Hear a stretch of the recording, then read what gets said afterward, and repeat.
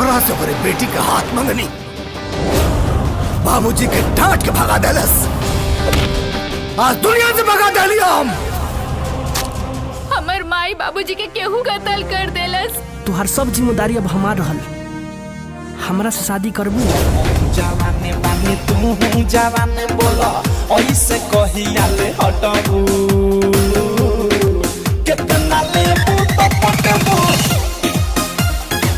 कितना लेबू तो पटबू।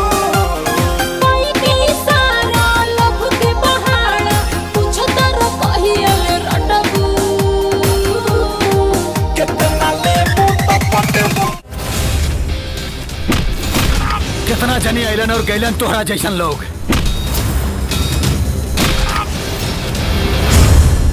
हमके तरह से प्यार हो गया था।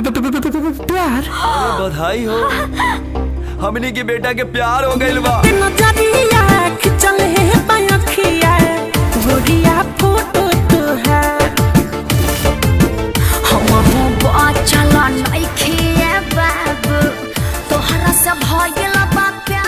अरे काहू पुजारी के पीछे पड़ल बड़? मिलते नजरिया खिंचल है पायखिया गोरिया फोटो तो है।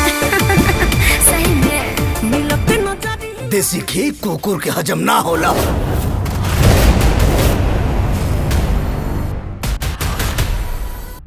अरे ललन का कइला है तू? अरे सर हम तो खाली चुम्मा लेनी हा पलंग पर।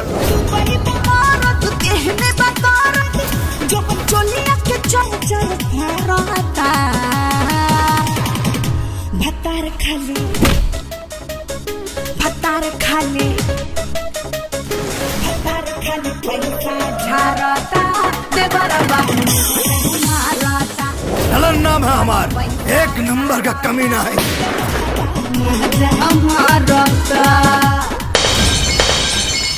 कमीना खानदान के आखिरी चिराग। जितना भकभकाए के बा भकभकाला। एक दिन ऐसन जगह फूकब ना कि फुका जाइबा।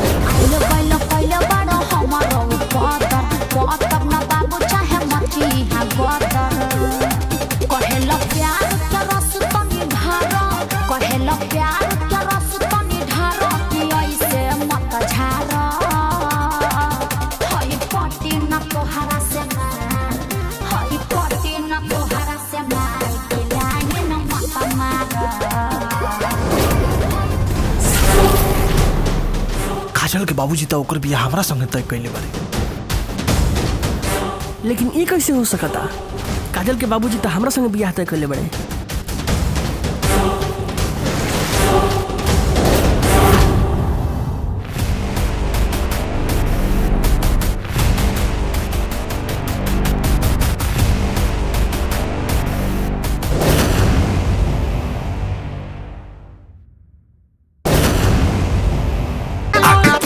जवनिया के बूती सटक कोहरा में तोहरा हम सोती।